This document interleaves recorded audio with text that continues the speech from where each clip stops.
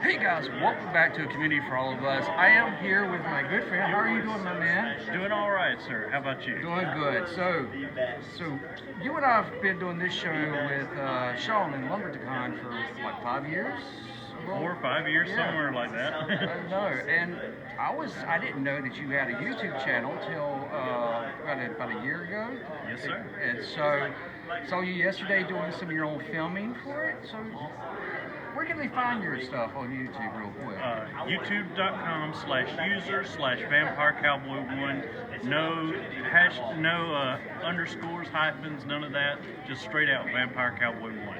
And that's what I wanted to ask. How did you come up with the name, the Vampire Cowboy? I love the cowboy hat. I mean, I do. I have. He knows I got cowboy hats and everything in the house, and I'll even wear my overalls today. So, how did you come up? Are you big into vampires? Vampires. Well, anything horror, but yeah, I do like a lot of vampire stuff too. Yeah. Well, like Nikki and Nick, our friend, has been with us now, knows that horror or ghost shows or anything like that, it's going to be pretty much what I have on TV.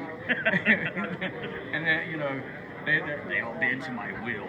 But so with that, give us a little bit of a background with the name and what you're doing with your channel, because I know you're doing restorations and stuff with this stuff also. Yes, sir. So let's talk about what is a restoration to the figures.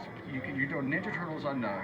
Yes, sir. And you're talking about Ninja Turtles back when we were kids in the 80s, 90s, Turtles. What's the restoration? How are you going about doing this? Sometimes, like, I'll buy like old play sets or old vehicles in crappy condition. Right. Like, for example, one of the Street Sharks I bought. Street Sharks. Oh wow. When we first got him, it was the metallic painted streaks. Yeah. And his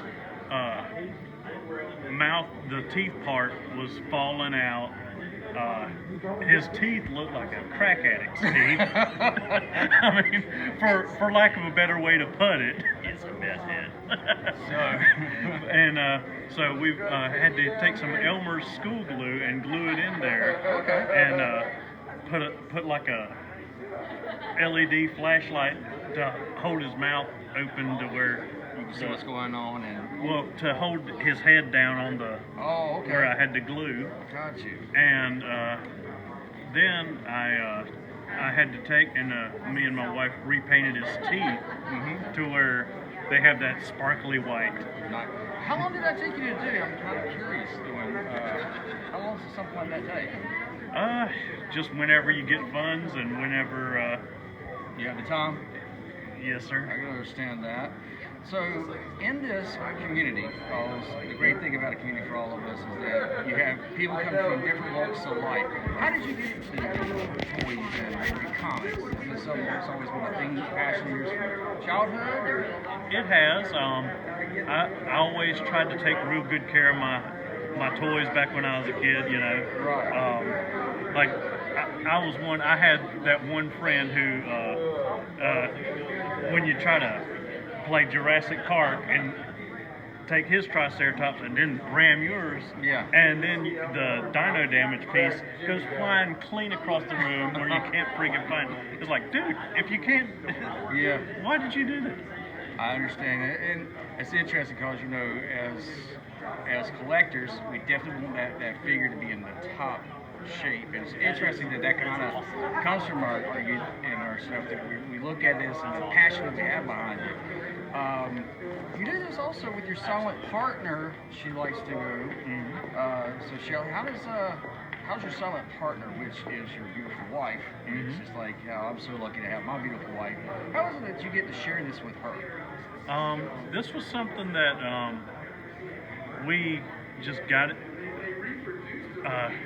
I got to wondering how we started going to these things when we were still dating. And because I didn't really know that,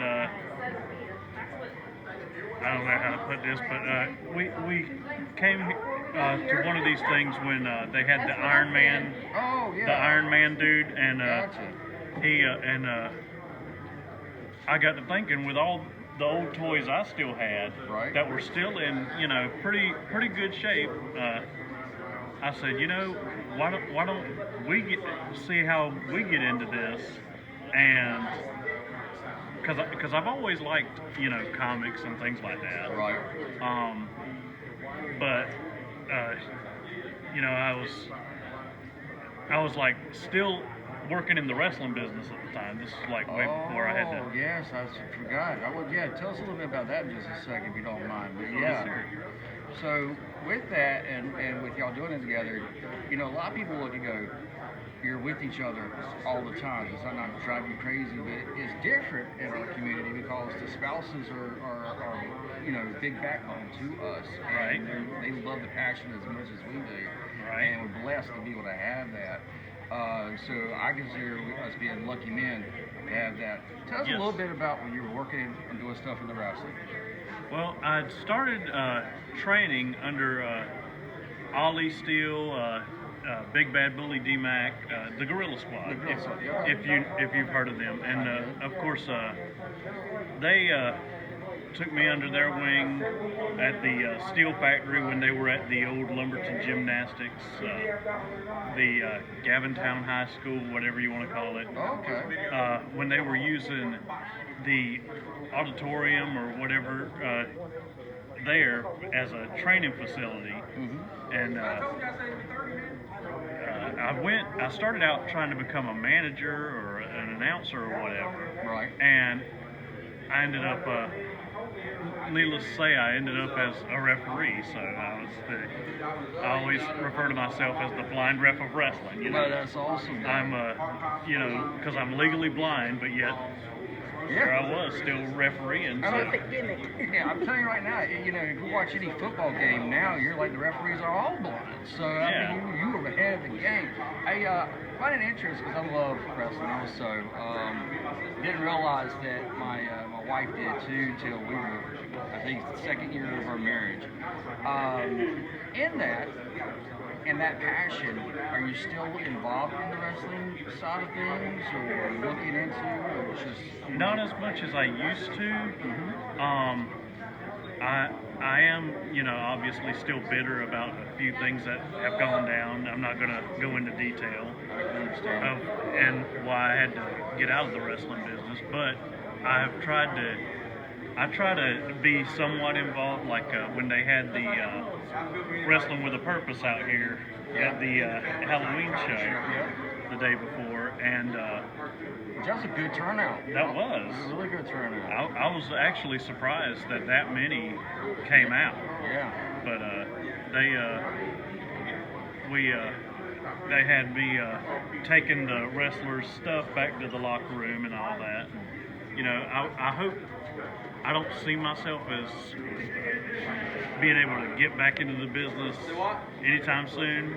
But you never know. Hopefully. Yeah, exactly. I mean, and that's the great thing about the community is that there's little bits and pieces that we all bring to the table. And with that, I appreciate you doing this interview and hanging out with me. Yes, sir. We had a great time last night at the auction. Oh, yes. You got a couple of good things that was happening. I think it was the Dolly Parton Imagination Library. Yes. I bought more than I planned on buying, but it went to a good cause, and I'm glad we got to do that. Thank you so much. Share with them where they can find all your stuff. I do have a page where I sell a lot of my stuff on Facebook, Brit Collectibles. Also, I'm on Marketplace under Harold Britt, and you can find me on YouTube, youtube.com/user/Vampire Cowboy 1. You'll see unboxings, restorations, toy reviews. Sometimes I do a little bit of what I call vlogumentaries. There you go. Yes, you do. And and you might even find a few of my old wrestling stuff on there. But yeah. Awesome. Well, thank you so much, man. You have a great day, and I appreciate you doing this. Thank you too. Thank you so much, man. Thank you.